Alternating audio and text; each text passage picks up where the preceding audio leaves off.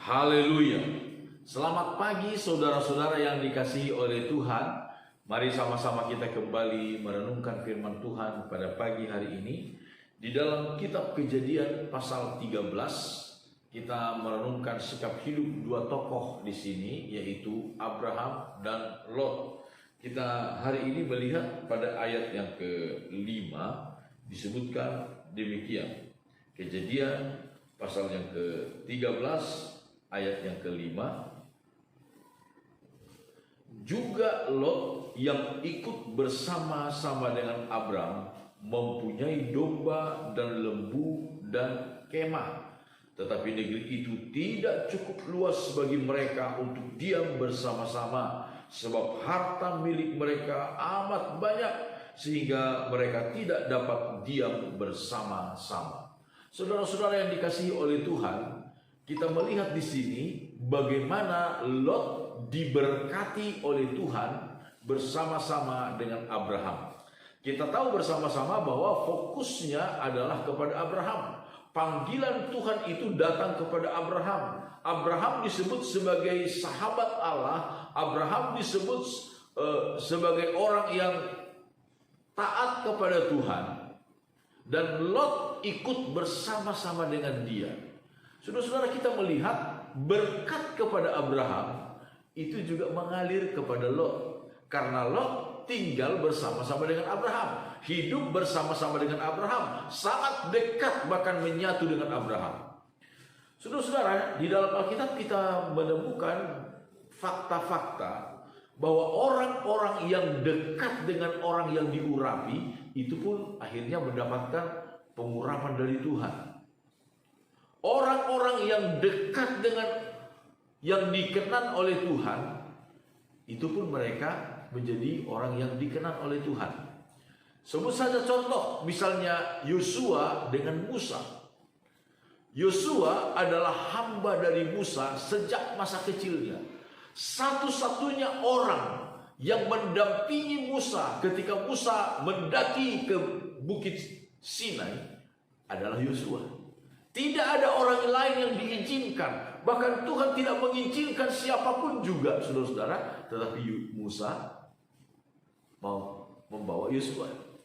Sehingga tidak heran, saudara-saudara, bagaimana kemudian Tuhan mempercayakan kepemimpinan atas bangsa Israel. Bukan kepada orang lain, bukan kepada anak-anak Musa, bukan kepada saudara-saudaranya Musa, bukan. Tetapi kepada Yosua. Kedekatan yang bukan karena dibuat-buat, saudara-saudara, tapi itu terjadi secara alamiah. Terjadi secara alamiah. Dan kemudian Musa digantikan oleh Yosua. Tuhan mempercayakan kepemimpinan Israel kepada Yosua. Kemudian kita lihat contoh yang lain, hubungan antara Elisa dengan Elia. Elia adalah seorang nabi besar, dihormati di kalangan bangsa Israel sampai hari ini, saudara-saudara.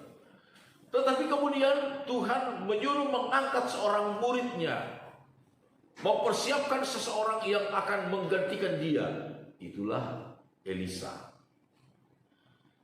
Kita melihat kedekatan yang begitu dekat antara Elisa dengan Elia. Kemana saja Elia pergi, Elisa ikut. Kemana saja Elia pergi, Elisa ikut, saudara-saudara. Sebagai pelayannya. Elisa awalnya adalah dia melayani Elia. Dia melayani Elia kemanapun Elia pergi. Dan apa yang terjadi? Kita tahu bersama-sama, tugas Nabi bagi bangsa Israel. Sesudah Elia diangkat oleh Tuhan ke surga, Tuhan percayakan kepada Elisa. Bahkan tanda-tanda, mujizat-mujizat yang jauh lebih banyak dikerjakan oleh Elisa dibandingkan dengan pendahulunya, Elia. Jadi kita melihat, saudara-saudara, kedekatan secara rohani, kedekatan dengan orang-orang yang berkenan di hati Tuhan, diurapi oleh Tuhan, berimbas kepada orang-orang yang dekat dengan orang tersebut, bersekutu dengan orang tersebut. Saudara-saudara, itulah yang terjadi dengan Lot. Dia bersama-sama dengan Abraham sehingga dia pun ikut menikmati berkat-berkat dari Abraham. Dia ikut menikmati berkat-berkat Tuhan.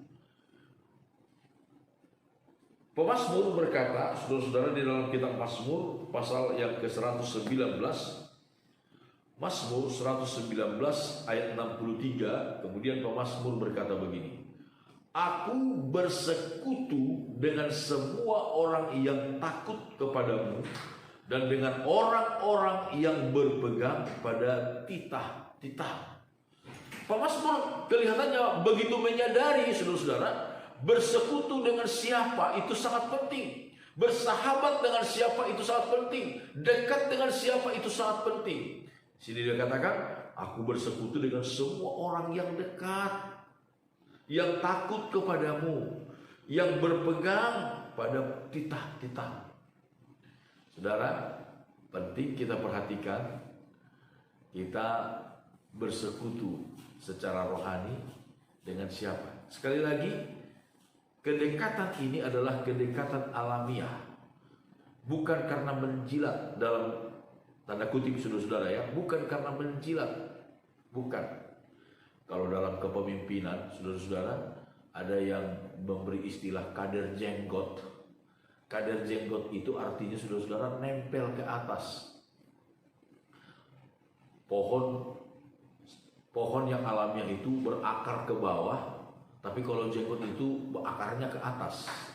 Itu orang yang mendekat karena ada maunya kepada seorang pemimpin. Tetapi kepemimpinan yang alamiah itu berakar seperti pohon, berakar ke bawah, menjadi kuat. Saudara-saudara, kedekatan secara alamiah itulah yang kemudian mendatangkan berkat.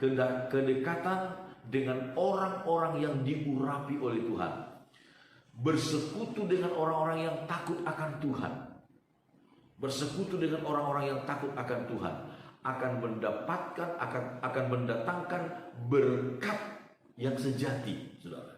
Berkat yang sejati, berkat yang sifatnya jauh lebih langgeng, jauh bertahan lama, Dan biarlah kita menjadi orang-orang yang selalu mendekatkan diri dengan Tuhan yang terus istimewa, dan juga bersekutu dengan orang-orang yang takut akan Tuhan. Amin. Tuhan Yesus memberkati kita. Mari sama-sama kita berdoa. Bapa yang baik dalam sorga, segala pujian syukur kami naikkan kepadamu. Tuhan, terima kasih atas segala berkat-Mu dalam hidup kami. Daripadamulah kami memperoleh berkat, daripadamulah kami memperoleh damai sejahtera dan sukacita. Terpujilah Tuhan kekal sampai selama-lamanya. Hamba-Mu berdoa buat setiap anak-anak-Mu yang mendengarkan, yang mengikuti renungan firman Tuhan ini. Tuhan berkati kami semua di sepanjang hari ini. Roh, jiwa, dan tubuh kami Tuhan berkati. Keluarga, rumah tangga kami, usaha, mata pencaharian kami, Tuhan Engkau memberkati. Di setiap aspek hidup kami, di segala perjalanan hidup kami memohon kepadamu, ya Tuhan, berikan kami keselamatan dan berikan kami keberuntungan. Di dalam nama Tuhan Yesus Kristus kami berdoa. Haleluya. Amin. Selamat pagi, Immanuel.